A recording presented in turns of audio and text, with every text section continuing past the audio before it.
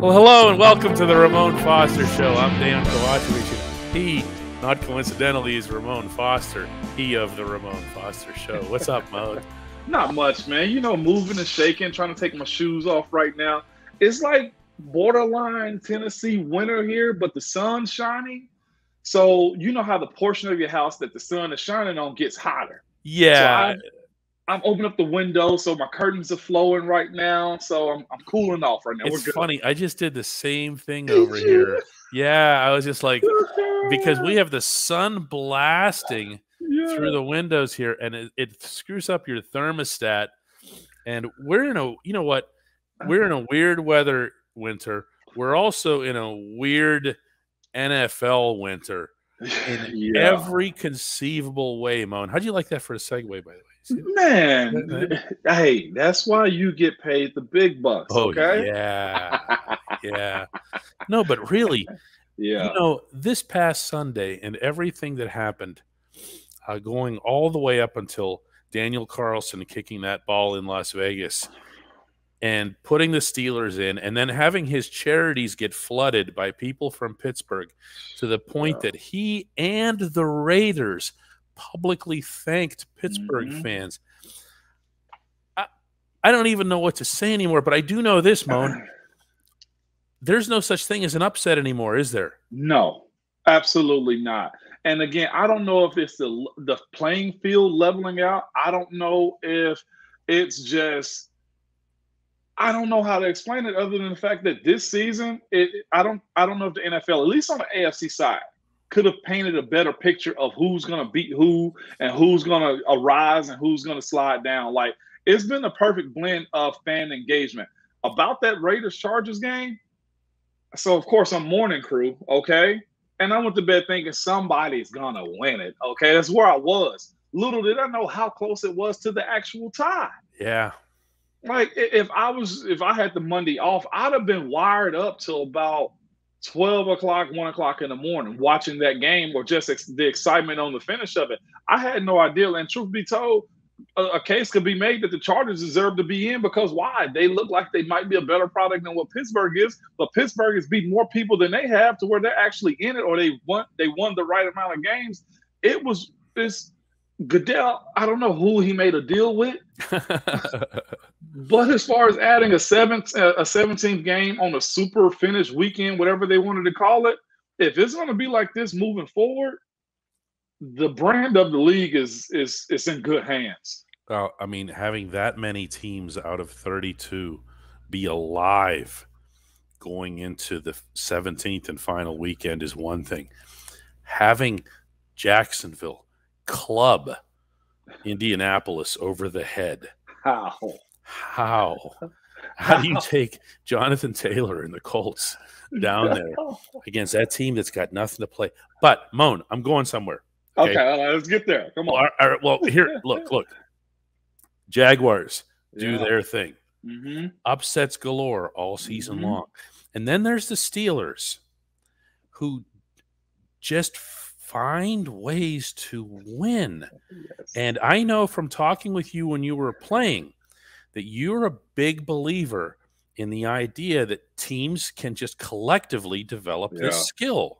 Yeah. And that's exactly what it is. Like, there's no real way to kind of, describe it. As one of the words that come to mind is, the old Mike Tomlin, the minutia of, what team. And honestly, we don't know what that minutia is, but those events, those scenarios, and what you find your way on the better end of it, they do happen a good bit in Pittsburgh, man. And the team is built that way.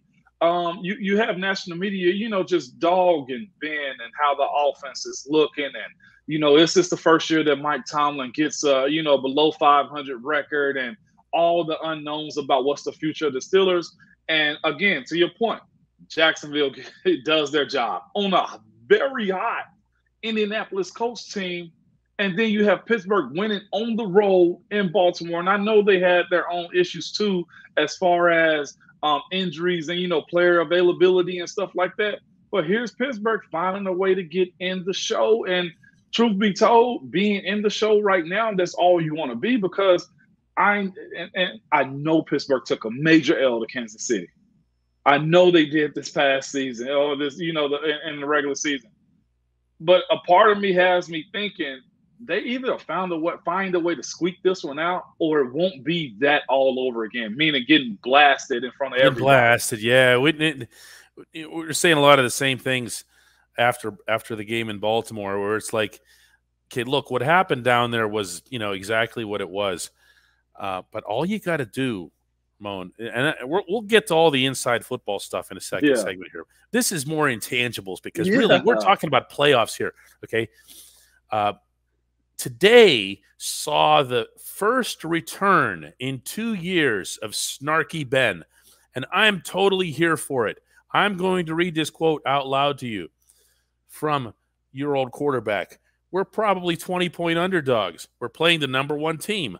I know they're not the number 1 seed, but they're the team that won the AFC the last 2 years. Arguably, they're the best team in football. We don't have a chance. So let's go play and have fun. Now, I'm telling you, what you're talking about. They're gonna. Moan, has any team ever gone into the playoffs with a lower expectation than this one? No. And you know what? Truth be told, we do a power ranking on the top. We do it after my number on my show here in Nashville. Top 7, bottom 3. Okay, 73. And I did it in the postseason. I get it. You get it? Top 7. That gives us 10 teams, by the way, too. Oh man, me and you were next on that list. Okay, but I did it. I did it, and you know who I had in my bottom 3 at the bottom? Pittsburgh. Oh, of course you did. You'd be nuts not to. And you know what? When Ben Roethlisberger saying that, and the idea that look, they always find a way. I see this situation right here just being different. I see this, and you and me are not homers on it.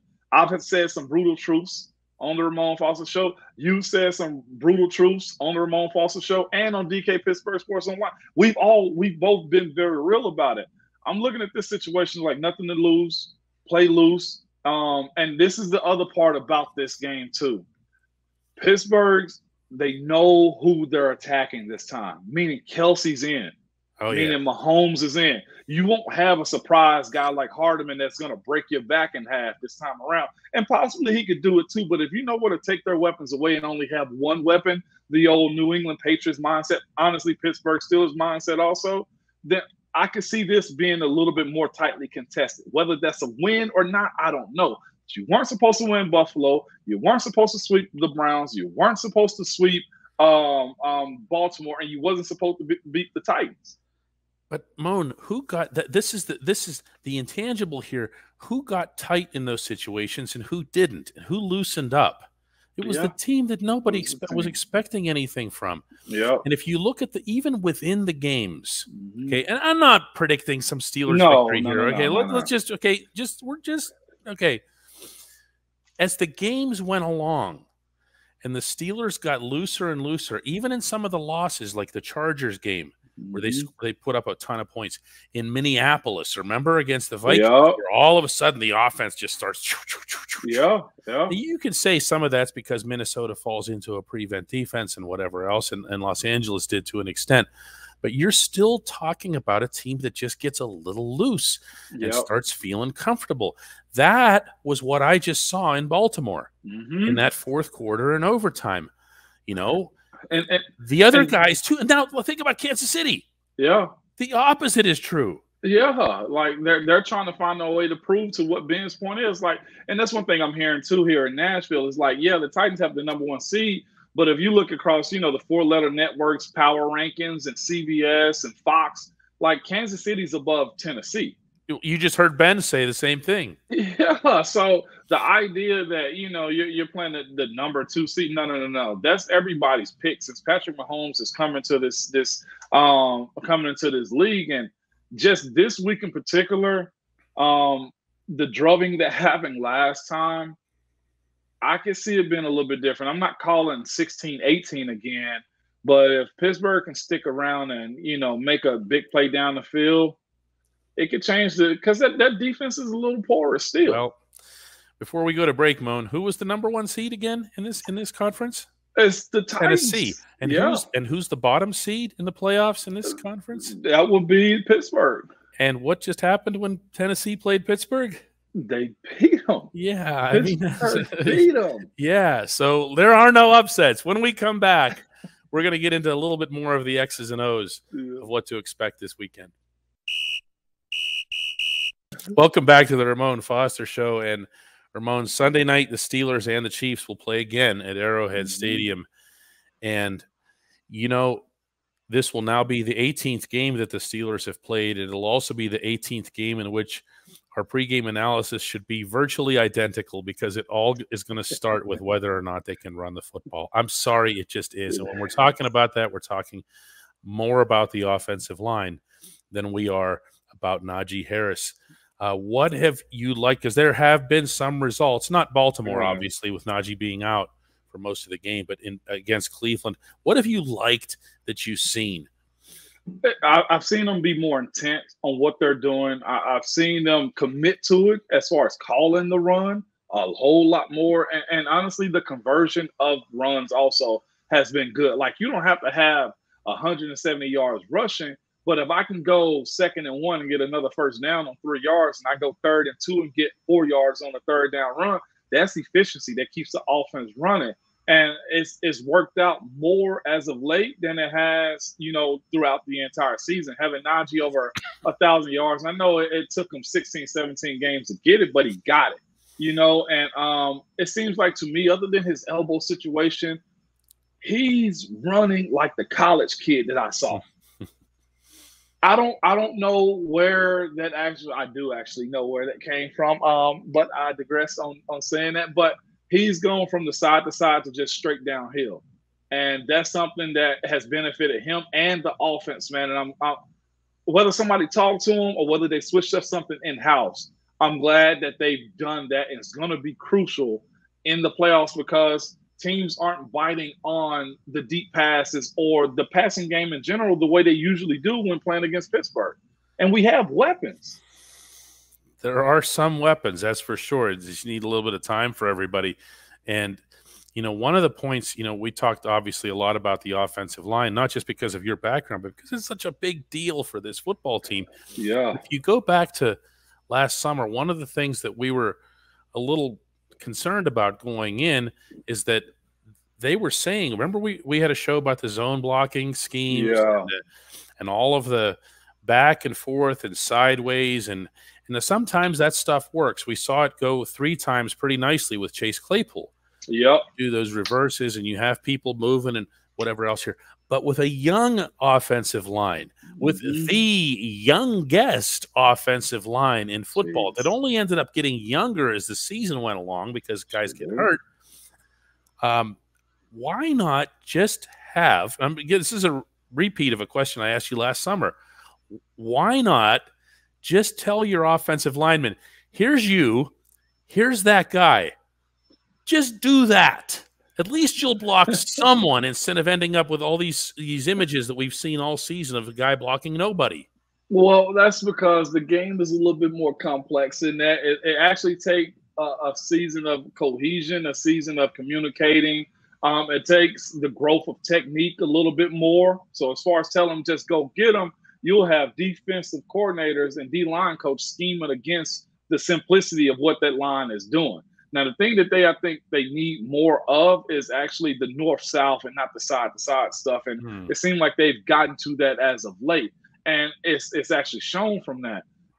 O-line is really like art, man. Like I know all of it is, but there are so many different keys that got to work as far as putting it together. And this group is just now feel like getting to that point. And honestly, the angst of, you know, not making the playoffs or the season ending may have gotten them to where we're actually seeing push off the line of scrimmage. A little bit, yeah, for sure. I mean, the center position has been such an upgrade from Kendrick Green to J.C. Hassenauer. Yeah.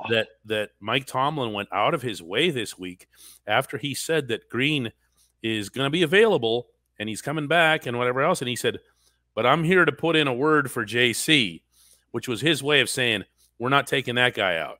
You know what? I don't want to be super critical of Kendrick Green, but he needs a little bit more time. And I say that as far as strength. I say that as far as technique. I've seen veterans, in which they're supposed to do that. D lineman abuse like his snap hand or getting to his edge a little bit quicker. And I know the name of Kendrick is a lot more sexier than J.C. Housener, but JC's a guy that's been a pro for a little while. He made the roster, I think, the last couple of years. He's got experience. And truth be told, he's gone through the gauntlet of Ramon, DeCastro, and Pouncey. Okay, like, so he knows what it means to play that position.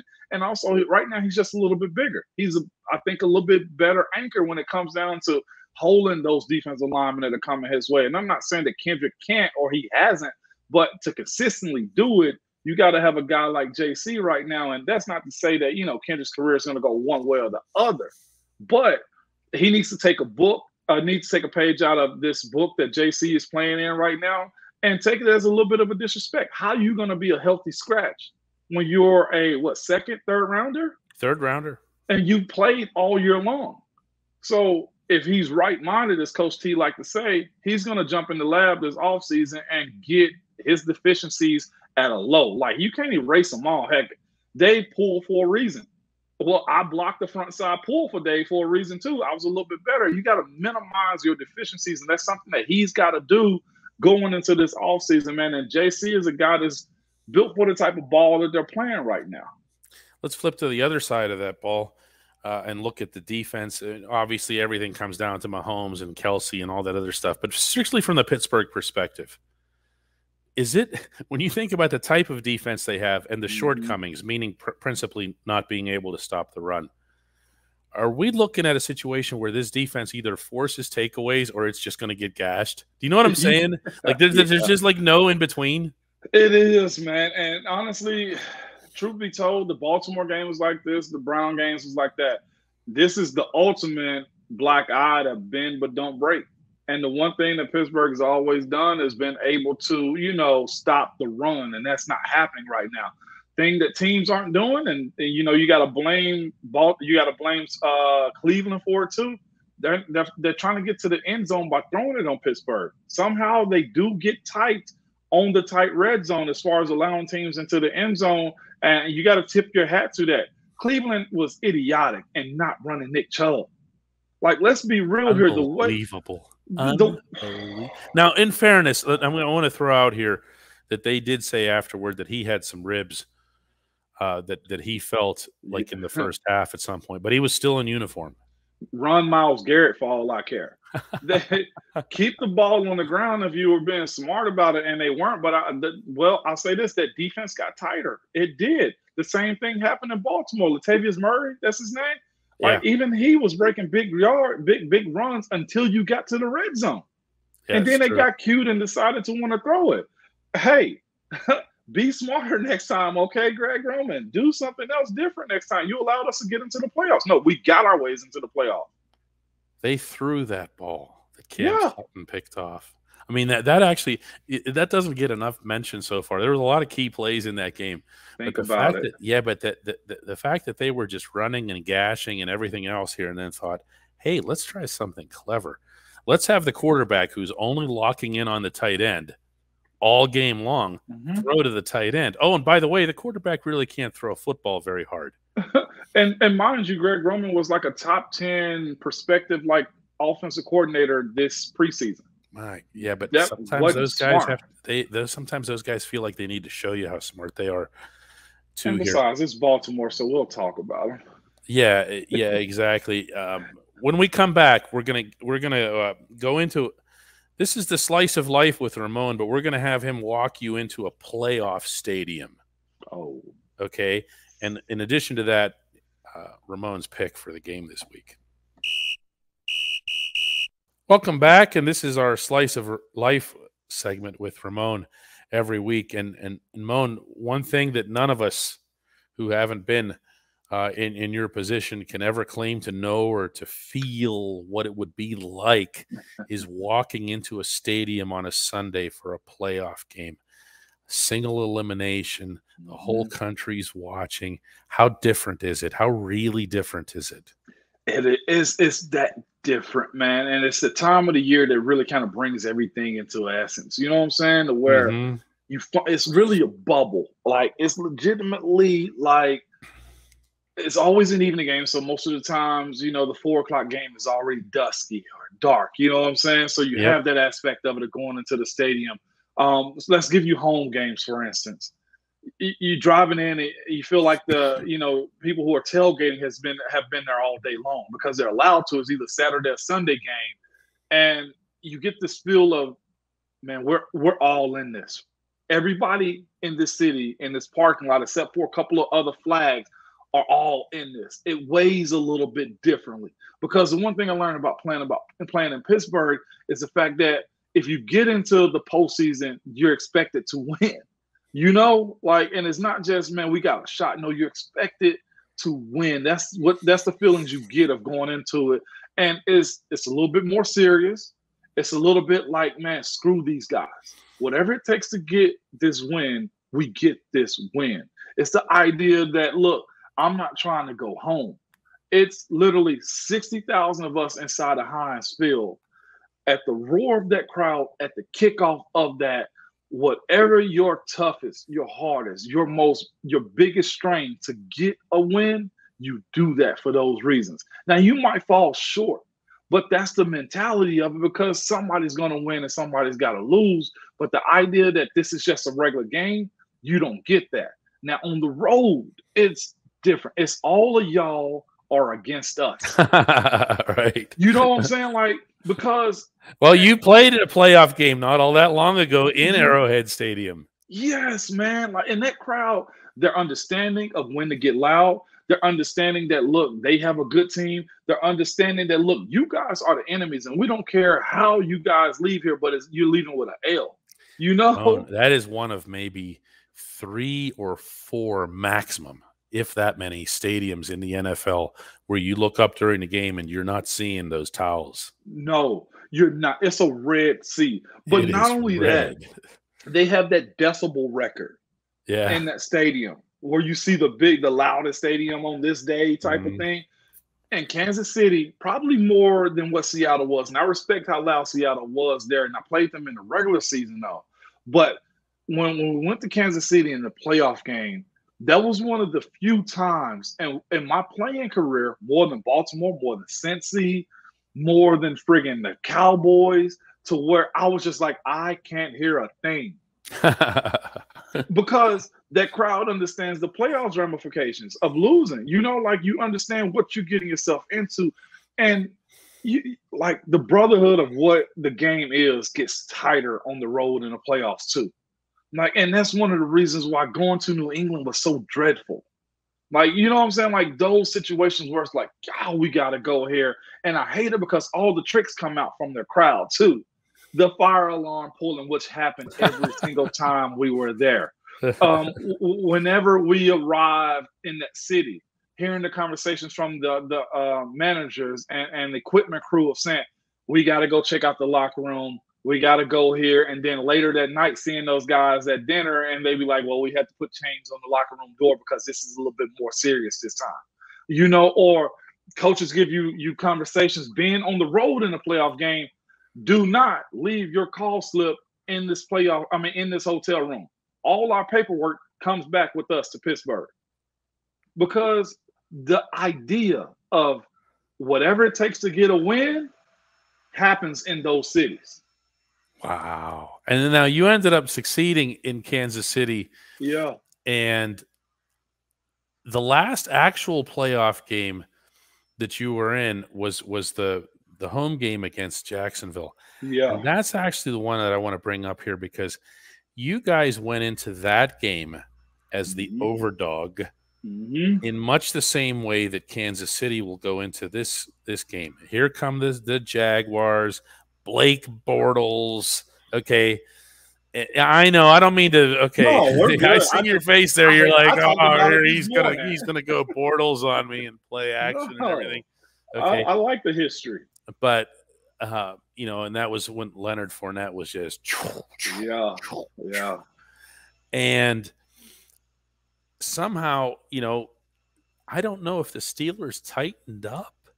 I don't know if there was a different mindset. There had to be a different mindset for the No, Jaguars. no, That was no. found gold for them. Go ahead. Let me tell you what I think that week was, and I actually said that this morning on our show. I said this time around, if you put me back in 2017 against that team, with the understanding of the playoffs, with the understanding of how good our team was, with the understanding of this doesn't just happen all the time. I think we were maybe the 2 seed, and we had the bye. Yep. And honestly, man, from my perspective on looking back, I think being the favorites may have played a factor a little bit. Not saying that we weren't prepared and didn't take it serious. I do think that team was more built to beat us than we were for them at the point too. In a very, very specific way. And we can. The play action was so effective. Yep. And there was just no answer for it. It wasn't. And then on their defensive side, they had guys, Calais Campbell, Malik Jackson. They had Jalen. Right? Jalen was out there. And Miles Jack and the guy that got arrested not too long ago was playing with them, the other linebacker. They had a bunch of free agents that were built to kind of go through, and they got us. They had playmakers.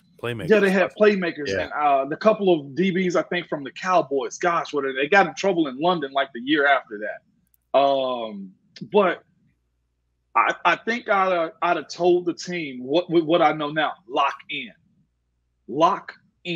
Like, I know we get the bye week, and we took care of our business. We made sure that everybody practiced. People who needed time off got time off. But I'd have said then lock in, because truth be told, that was the last show that we really had. Because 18 it kind of fell apart, and 19 was my last game in Baltimore. Baltimore, yeah. And that's one thing I kind of, I talked to Roger Saffold here, who plays with the Titans, and I was like, man, given this opportunity coming off for y'all bye, because they got the first round bye, I said, stay locked in. Don't unwind. Don't think that you're supposed to win. Don't think that you're, the true number 1 seed. I was like, go get it. Like, go take it. And we were so good at the time to where, DK, we could almost go take it. You know what I'm saying? As far as like wins. Efficient as hell on offense. Defense is doing just enough, and guys were emerging and playing. I know we had lost Shazier and stuff like that, but like guys were still making plays. And if there was one thing I could say, knowing what the playoff atmosphere is now as a former player, I'd have dug in and been like, go. Do not back down. Do not take your foot off the gas. And you know what? Honestly, Jacksonville just had answers for us that we didn't get. What was that score? 42-45 or something like 45-28. That one, I don't have to look that one up. So that's what I would have said moving forward was lock in, man. Don't take anybody lightly, because explaining what the playoffs are to myself now on the Ramon Foster Show, I'm like, yeah, we should have been locked in. I hear that. Let's go Not with to say, and I don't want to say like, because people have criticized Coach Tomlin, but I don't want to seem like we took him lightly. But as a player who was on the field, I'd have said those words right there. Understood. Let's go with your pick for Sunday. Again, it could go either way. I don't see them doing what they did last time as far as just embarrassment. Yeah, getting smacked, yeah. I'd probably call this, because it's the playoffs, like 24-14 or something, like 24-14. Kansas City. Something in that range. I think Boz is going to be a little more involved. And I want to give him 3. I'll keep it, I guess, Price is Right, underneath the over on this one. Yeah. Well, we'll see, Moan. One thing's for sure. Nothing's for sure. What is the AFC? That is the one thing. All right, Moan. Let's hook up again next week. Let's do it. I'm excited. For all we know, we'll be talking about. Wait a second. Where would the Steelers go if they win? Oh, no. They'll come to Nashville. I hadn't even realized that. Will we finally link up and hug? Cookout at the Fosters, first time. I'll light a fire for you, okay? All right. Oh, now there's an interest in this. Let's go. All right, Mom, let's talk next week. Absolutely.